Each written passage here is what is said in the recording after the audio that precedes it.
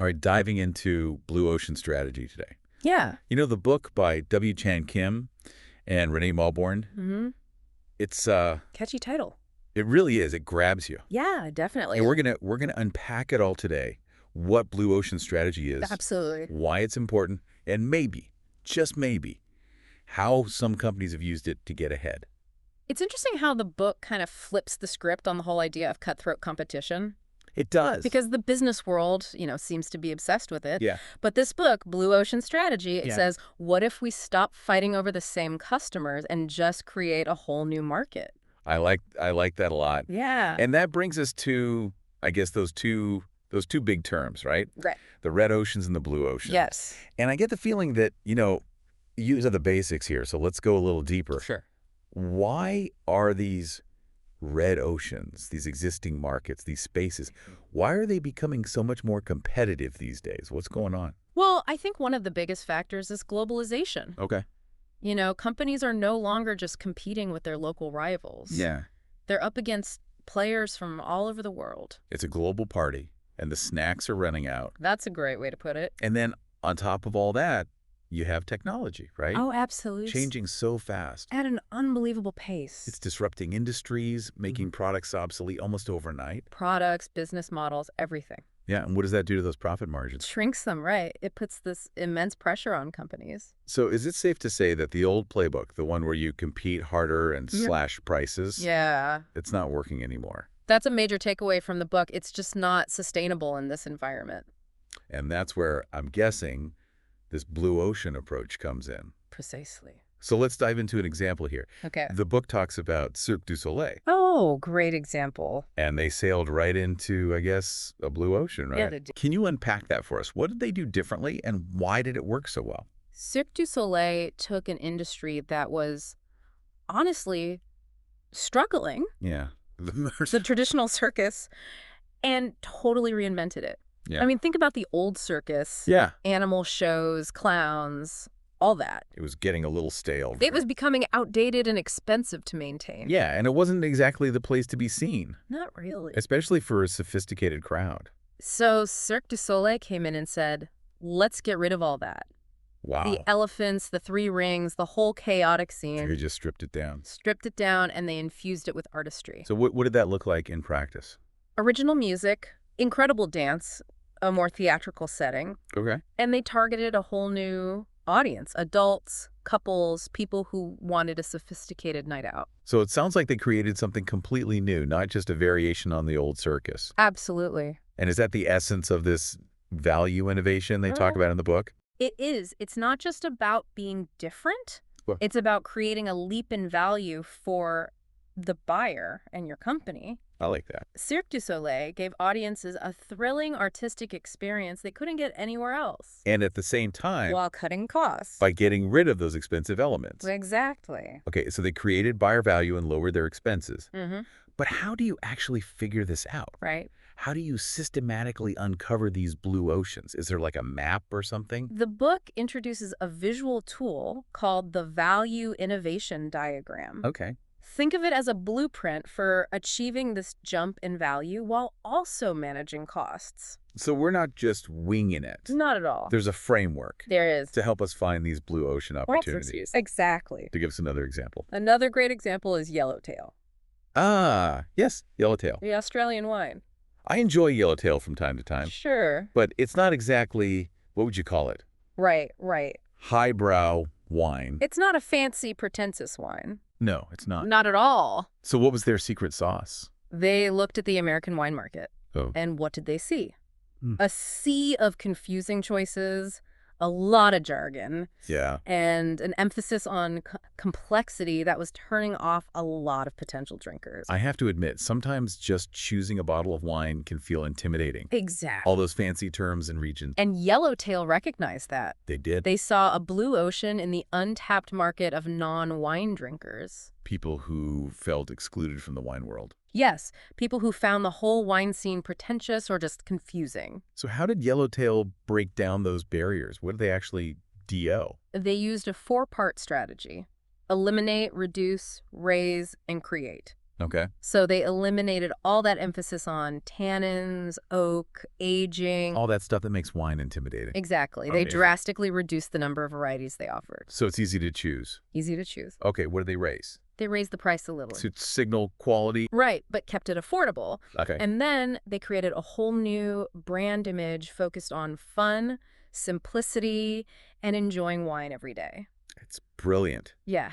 That bright, cheerful label sends a completely different message than, say, a bottle of Cabernet Sauvignon with a fancy chateau on it. Exactly. Everything about Yellowtail was crafted to appeal to this new market, this blue ocean of non-wine drinkers. So they didn't compete head-to-head with the established players. Oh, They created a whole new space for themselves. exactly. That's incredibly inspiring. And there's more. Okay, lay it on me. The book actually lays out a framework, a kind of treasure map to find these blue oceans. Okay, a treasure map. They call it the 6 Paths framework. 6 paths to blue oceans. That's right. We need to talk about that. Let's do it. Yeah. So this 6 Paths framework, Okay. it's all about challenging those assumptions, the ones we often make about our industries. Right. It's about looking beyond the obvious Right. to find those hidden opportunities. Like putting on a new pair of glasses and suddenly seeing the world differently. Exactly. So guide us through these 6 paths. What's the first one on this treasure map? The first path is to look across alternative industries. Okay, help me understand that. What does that mean practically? Well, think about this. What other industries, maybe even ones that seem completely different from yours, Okay. offer products or services that meet the same basic need as yours? I see. So like functional parallels. Exactly. Even if the industries themselves seem miles apart. Yeah, like the book uses the example of NetJets Okay. and how they kind of revolutionized private air travel. Private jets. Sounds pretty fancy. It is. Not exactly my everyday experience. Sure, but the principle applies to any industry. Okay. So NetJets, they identified a problem. Well, that. Business travelers. Okay. They hated the hassle of commercial airlines, Yeah. but they couldn't really justify the cost of owning a private jet outright. So they were kind of stuck between a rock and a hard place. Exactly. And NetJets, they looked outside the traditional aviation industry for a solution. Interesting. And they landed on this idea of fractional ownership, Okay. combining the benefits of private travel with a more manageable cost structure. So they created a blue ocean by addressing the unmet needs of a specific customer segment. Right. But they did it by looking at a completely different industry. Exactly. That's pretty clever. There's another example in the book, NTT Docomo's iMode service. I've heard of that. Wasn't that way ahead of its time? It was long before smartphones were everywhere. Yeah. They essentially brought the internet to cell phones How did they even think of that back then? by looking across those alternative industries. How? Cell phones back then were mainly for calls and texting. And the internet was accessed through those clunky desktops. Yeah, with the dial-up modems and everything. Oh, I remember those days. But Docomo saw the potential Or what? to create a mobile internet experience that was intuitive, affordable, and engaging. So they were the pioneers. In many ways, yes. It makes you wonder what other blue oceans are out there hiding in plain sight. Right. Okay, look across alternative industries. Got it. What's the next path? Path number 2 is look across strategic groups within industries. Strategic groups. Yeah. Remind me what those are. Think of them as different levels of buyers within the same industry. Okay. So like in the auto industry, Yeah. you have luxury car buyers, economy car buyers, and everyone in between. Right. Each group has different priorities. Okay, so you're saying there could be blue oceans hiding within those existing customer segments, Exactly. just waiting for someone to address their unique needs. That's it. Okay, I see where you're going with this. Like the book talks about curves. the fitness franchise. That's right. Yeah. They looked at the existing fitness landscape, Okay. and they realized that most women were choosing between two options, basically. What were those? The motivation and social aspects of a traditional gym, Oh, wait. or the convenience and affordability of working out at home. I've been there. Dragging myself to the gym can be a real struggle. Right. But working out at home can get a little boring. Exactly. And curves, they tapped into that unmet need. So what did they do? They offered a streamlined, circuit-based workout Okay. in a women-only environment. Makes sense. It was quick, affordable, and less intimidating. They stripped away all the extras. The things that weren't essential to their target customer. So they really focused on the core needs of their specific customer segment, Yes, and they created a new value proposition that really resonated. exactly. No wonder they were so successful. And the book also talks about Bloomberg. Oh, yeah, the financial data company. That's the one. Okay. They challenged the assumption that IT managers were the key decision makers for those financial data terminals. Wait, they weren't? Not really. Who was then? Bloomberg realized that the real users, the traders and analysts, Okay. they had very specific needs that weren't being met. Like what? Things like real-time data, sophisticated analytics, and user-friendly interfaces. Of course, those are the people actually using the tools day in and day out. Exactly. So they should have a say. Right. So Bloomberg designed a terminal tailored to those needs. Makes sense. And they even included features for those users' personal lives, like shopping and travel bookings. So they turned a work tool into a lifestyle companion. In a way, yes. And did it work? The traders loved it. Yeah. They loved it so much that they basically forced their IT managers to switch to Bloomberg. So they created a blue ocean by empowering the actual users, That's a great way to put it. not just catering to the traditional buyer. Exactly. Okay, so that's path 1 and 2. Right. What's the next one on our blue ocean quest? Path 3 is to look across the chain of buyers. So we're not just talking about who uses the product, Nope. but everyone involved in the decision-making process. It's the whole ecosystem. I like that. Sometimes those blue ocean opportunities pop up when we challenge our assumptions about who the real target buyer actually is. I'm sensing a theme here. Oh, yeah. Challenging assumptions. Absolutely. We often don't even realize the assumptions we're making. It happens all the time. Okay, give us an example for this one. The book highlights Novo Nordisk. The insulin company. Yes, for years they focused on doctors as their primary buyer. They realized that the patients, the actual users of insulin, Yeah, they had different needs. of course. They're the ones living with diabetes every day. Exactly. Okay. So Novo Nordisk shifted their focus. And what happened? They created a blue ocean with their NovoPen. Ah, the NovoPen. It's an insulin delivery system that addressed the emotional and practical needs of patients. Yeah, it's become pretty much the standard, hasn't it? It has, and it's because they really understood the whole chain of buyers. So they made it easier for patients to manage their condition.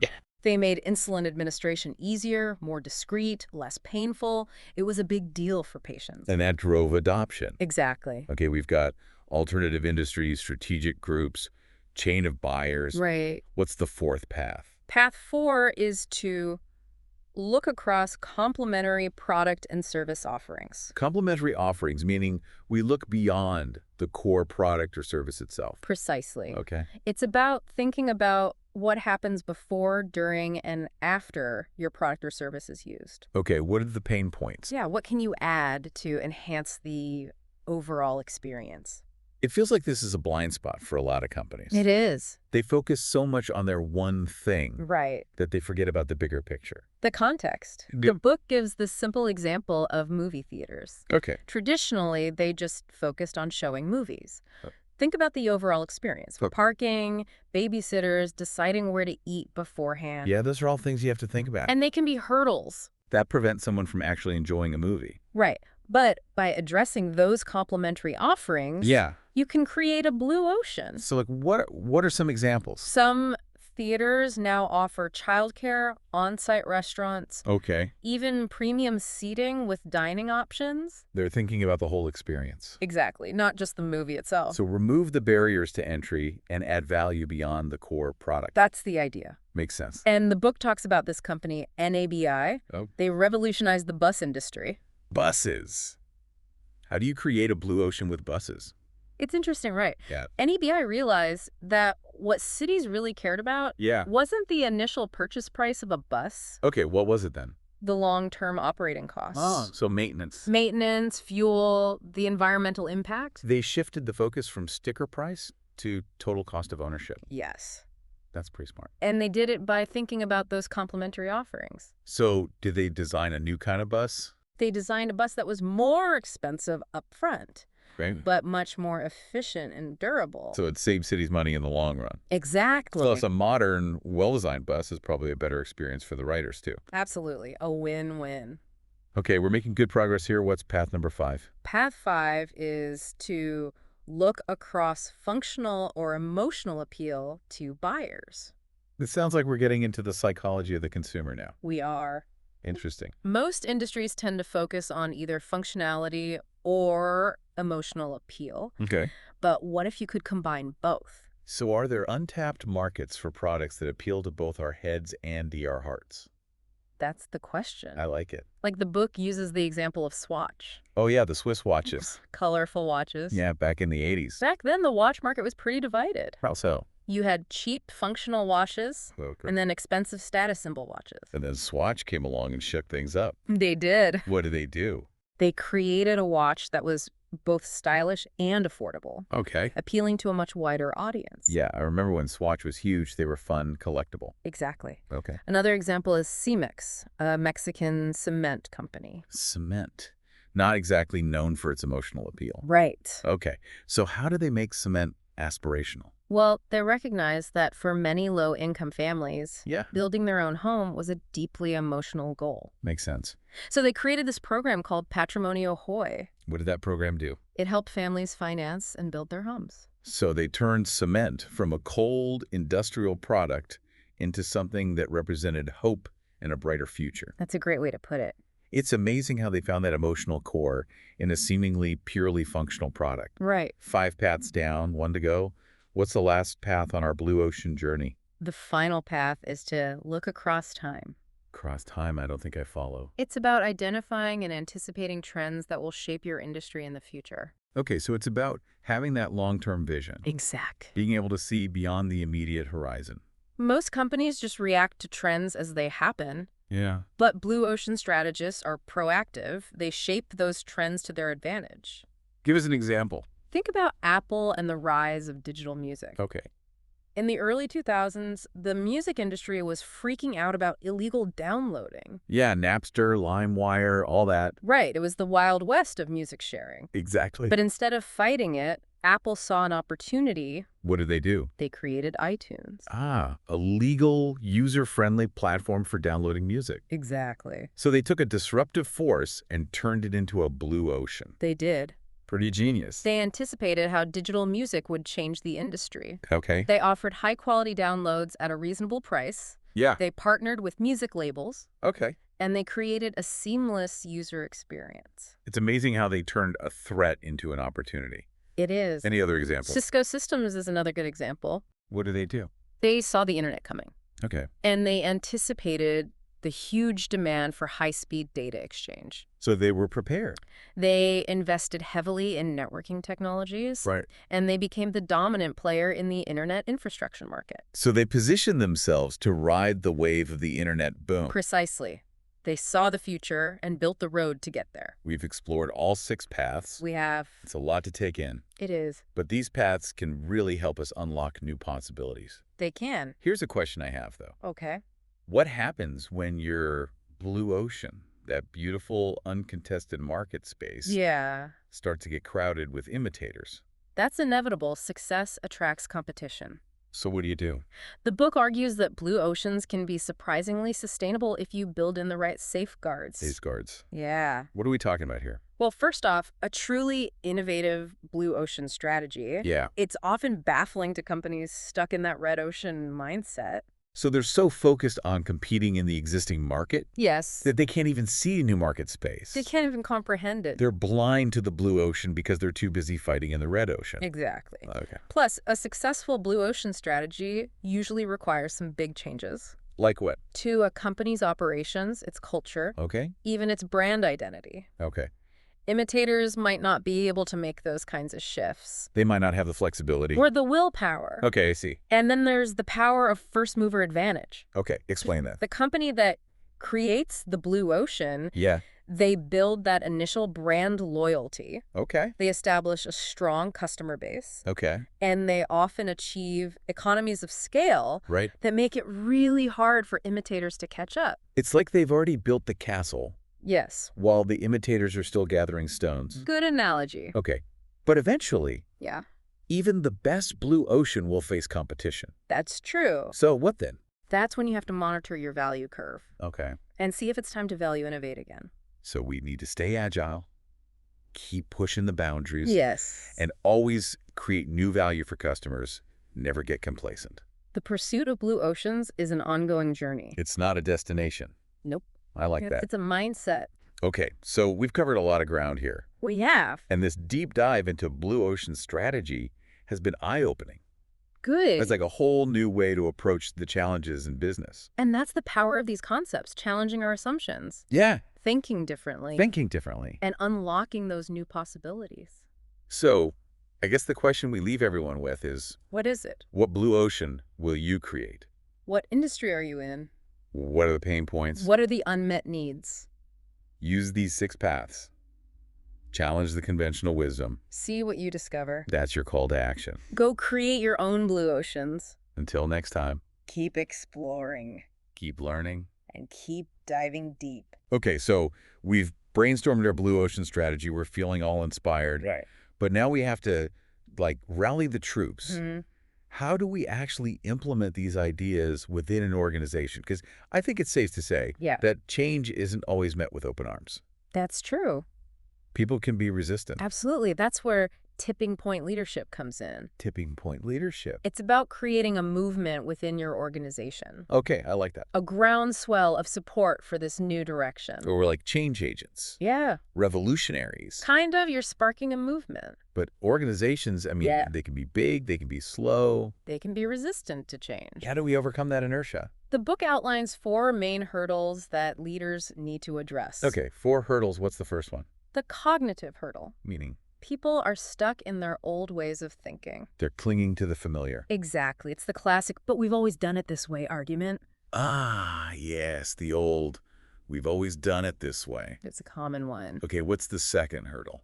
The resource hurdle. Resources. Teams often claim they don't have the time, the budget, the people, The manpower. right, to do something new. So we don't have the resources roadblock. We've all heard that one. Okay, that's 2. What's next? Next, you have the motivational hurdle. Motivation. It can be tough to get everyone excited about a new direction. Especially if they're scared of change. Yeah, if they're skeptical, fearful. Yeah, change can be unsettling, especially if people feel like Yeah. their jobs are threatened. Exactly. Okay, that's 3. What's the last one? The final hurdle is the political one. Political. There will always be those who resist change. The naysayers. Yeah, the ones with vested interests in keeping things the way they are. Okay, so we've got cognitive, resource, motivational, and political hurdles. Right. Sounds like a lot to overcome. It can be, but that's where tipping point leadership comes in. Okay, remind us what that is. Instead of trying to change everyone's mind all at once, Which is impossible. pretty much, Yeah. tipping point leaders focus on achieving fast, decisive wins Okay. that create a cascade of positive change. So it's about finding those leverage points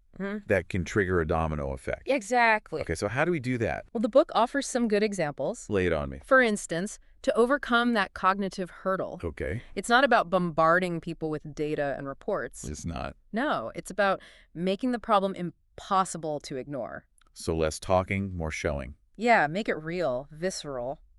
I like that. The book tells the story of William Bratton. William Bratton, remind me. He transformed the New York City Police Department. Oh, yeah, right. When he became chief, the subway system. Okay. It was a mess, Yeah. full of crime and graffiti, but the police, they were in denial. So how did he change their minds? He made them ride the subway. He did. He forced the top brass to experience the problem firsthand. They couldn't ignore the graffiti, the fare evasion, the sense of danger. Talk about a reality check. It was a wake-up call. Okay, that's the cognitive hurdle. What about the resource hurdle? For that, the book talks about hotspots. Hotspots. It's about focusing your resources where they'll have the biggest impact. Okay, so prioritize. Prioritize. Find the initiatives that will give you the most bang for your buck. I like that. And then there's this technique called horse trading. Horse trading. Yeah, it's about strategically trading resources you don't need for those you do.